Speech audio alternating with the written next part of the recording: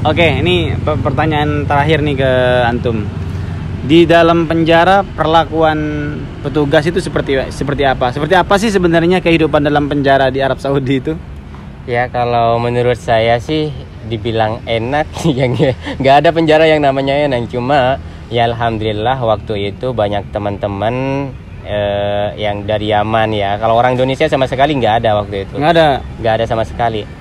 Dalam satu ruangan itu semuanya ada orang Pakistan, Yaman, pokoknya ada 15 negara yang saya hitung itu. Satu kamar? Iya, satu ruangan itu. Ada berapa orang? Ada sampai 150 orang. Oh, satu kamar? Iya, satu ruangan. Dan di sana ruangannya itu ada 80 ruangan. Bayangkan kalau ada 150 dikalikan 80 ruangan itu udah berapa? Itu wow aja. Beda dengan H, itu beda lagi. Ruangannya H ini 80 juga. Jadi banyak sekali itu, ribuan di sana itu. Tapi alhamdulillah dalam ruangan saya itu selama 3 kali pindah ruangan, alhamdulillah semuanya itu baik-baik semua. Bahwa beliau itu udah mengenal orang Indonesia ini dengan ihtiram ya, orang baik. Akhirnya saya diperlakukan dengan baik dan di sana ya alhamdulillah saya itu banyak yang mencintai saya. Dari mulai jangan bukan mencintai bukan, karena di sana itu banyak orang laki-laki suka sama laki-laki ya takutnya itu banyak gitu. Enggak, alhamdulillah ada orang Yaman juga. Ketika saya lagi nggak punya makanan dikasih makanan, pokoknya dia bilang lah apa aja yang dibutuhkan kamu bilang, kamu seperti adik saya, bahkan kayak saudara banget. Sama orang Filipina juga. Tapi sampai saat ini orang Filipina itu masih belum ada kabar ya. Ada yang jualan juga nggak sih dalam penjara? Ada. Oh. Ya kayak di sini. Kayak di kos-kosan gitu. Kayak di kos-kosan. Jadi di dalam gitu kita mesen ya. Kita tulis apa yang mau dipesan kita, entah itu pakaian. Tapi kalau pakaian itu kayak gini aja sih. Kain ini. Ini juga dari penjara ini. Terus duitnya dapat dari mana? Hah? Duitnya dapat dari mana? Duitnya itu dikasih gaji ya sama penjara. Itu dikasih gaji. Guys, tunggu.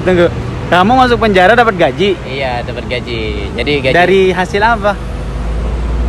Bukan kita kerja ya, tapi emang dijatah setiap bulan itu para tahanan itu dikasih uang 150 rial. Wow. Itu untuk uang apa itu? Itu buat uang jajan di dalam penjara. Masya Allah. Jadi dari ribuan orang di situ itu dapat 150 semua. Dan ada sebagian orang yang bisa dapat lebih karena beliau itu menghafal Al-Quran. Setiap satu juz itu dapat 200 rial. Oh, jadi kalau bisa hafal Al-Quran, iya, ditambah gaji. Iya, ditambah uangnya. Pokoknya satu juznya itu 200 rial. Subhanallah. Itu Saudi nih guys. Jadi narapidana hafal Al-Quran. Kalau di Indonesia mungkin dikurangin masa penjara, masa tahanan sih kalau nggak salah. Kalau di sana digaji juga. Dikurangin masa tahanan juga. Oke. 50%. Wow. Kalau hafal. Iya, kalau hafal. Antum hafal berapa juz? Aku? Enggak hafal. Oke, apalagi nih kisah-kisah unik dalam penjara, ada yang ini enggak? Kisah-kisah yang maksudnya yang harus diketahui oleh para, ya ini kan ada nih kalau katanya kalau di penjara digaji. Iya. Nah, apalagi tuh? Di penjara itu kita bisa nonton TV. Serius? Ya bener. Ada TV juga? Ada TV-nya, itu ukuran besar berapa ya kalau segini ya? Aku nggak tahu. Mungkin ada 50 inch-nya. 53. Nonton bola juga dong? Nonton bola, sempat nonton bola juga. Tapi kalau di Arab Saudi ya bola-bola Arab Saudi. Bola, terus berita, kabar-kabar di luar. Ya sama sih kayak TV di luar. Kita bisa nonton Masjidil Haram. Waktu itu kan lagi corona, itu lagi sepi ya di Masjidil Haram. Itu sih. Berarti sama kehidupannya dengan ini. Cuman masalahnya kamu itu di mana tuh? Di Sumesi? Di Sumesi. Di Sumesi. Oke. Ya, jadi ruangannya itu luas dan kita dikasih tempat tidur itu beda-beda, satu ranjang. Bukan ranjang yang tingkat juga. Itu bukan? Tingkat, tapi itu cuma 2, satu di bawah dan di atas. Oke. Itu cuma 2 sih tingkatnya. Dan ada kasurnya juga, ada selimut juga, AC-nya 24 jam. Masya Allah. Itu enaknya di situ. Tapi nggak ada yang ini ya, yang nakal-nakal begitu.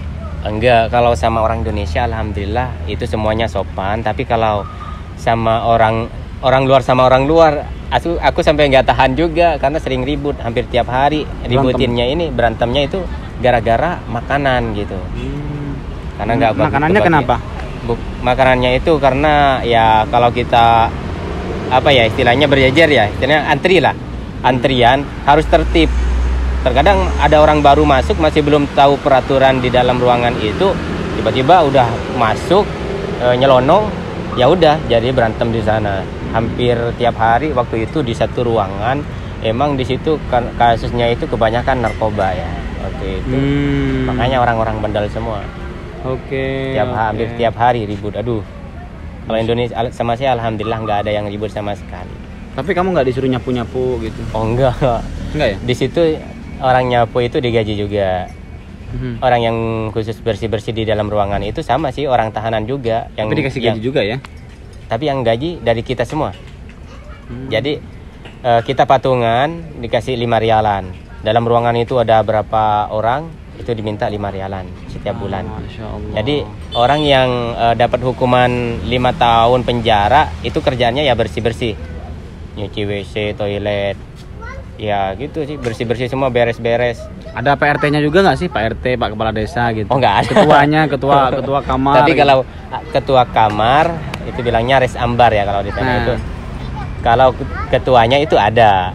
Jadi kalau ada masalah besar sampai ribut, itu ketuanya langsung datang ngasih hukuman. Hukumannya ini langsung nelpon polisinya. Jadi kita nggak bisa ngasih maaf di tempat itu juga. Ketuanya langsung nelpon polisinya langsung ngambil, disiksa di luar, dipukul, dihukum gimana gitu. Itu bagi yang berantem yang bandel ya. Yang bandel. Oke, karena penjara itu kan tempat mendidik orang biar nggak bandel guys. Jadi kalau masih bandel nggak apa-apa sih.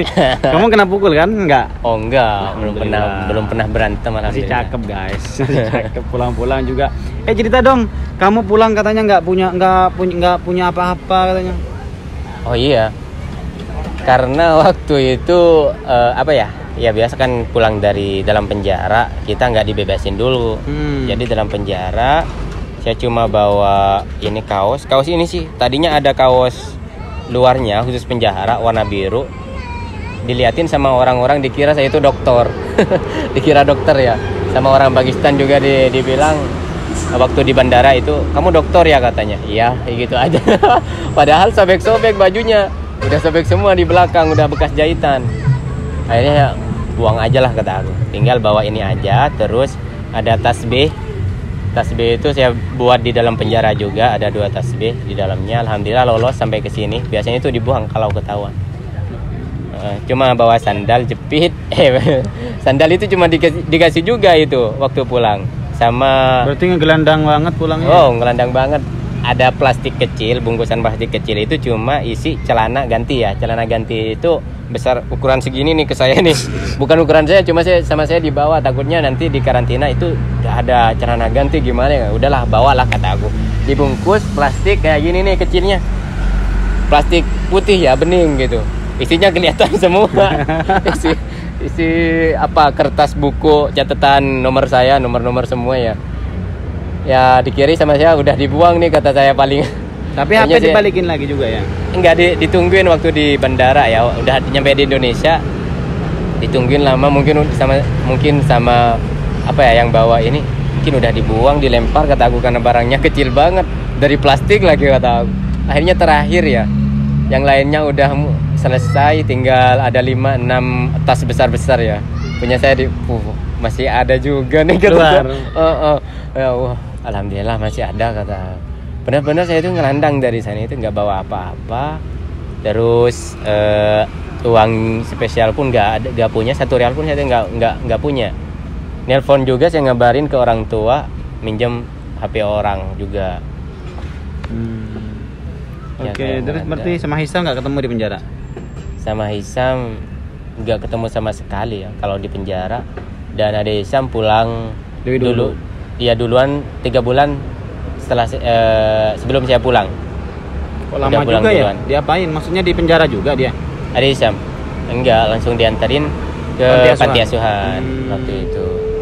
Oke. Cuma sempat 3 bulan selama saya di penjara sempat melihat videonya Ade Isam. Karena KJRI datang ke Semesi ini menjenguk saya, KJRI ngeliatin bahwa Ade Isam ini baik-baik saja. Ini adalah videonya Ade Isam. Waktu itu pakai baju kotak-kotak ya. Saya langsung nangis. Belum melihat pembicaraan Ade Isam, saya masih melihat wajahnya Ade Isam, saya langsung nangis. Kenapa kok nangis katanya? Kata siapa? Orang KJRI. Siapa namanya?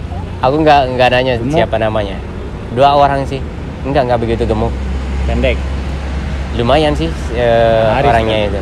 Nggak tahu, tapi beliau yang nanyain ke saya kenapa nangis. Ya saya bener-bener nggak bisa menjawab. Pasti beliau itu udah tahu lah gimana perasaan saya waktu itu, karena saya bersama Ade Isam ini seperti anak ya. Jadi Isam seperti anak saya, dan saya masih kepikiran banget gimana hidupnya Ade Isam di sana gitu. Tapi alhamdulillah Ade Isam ini merasa bahagia ya, karena diperlakukan dengan baik kalau di panti asuhan. Cuman nggak sekolah. Terus kata KJRI apa tuh? Kamu mau pulang sebentar lagi itu enggak? Enggak, waktu itu kamu pengennya gimana katanya. Saya pengennya ya pulang aja kata aku. Kalau saya nggak bisa keluar di sini, ya saya pengen pulang aja kata aku. Iya, cuma ditanyain nomor paspor saya yang dulu, terus KTP saya. Tapi Ya, tahu dia kalau kamu YouTuber. Iya tahu, alhamdulillah. YouTuber, dan juga nanya-nanya juga waktu itu subscribernya berapa, dicatat semua waktu itu nanya. Oke, teman-teman. Cukup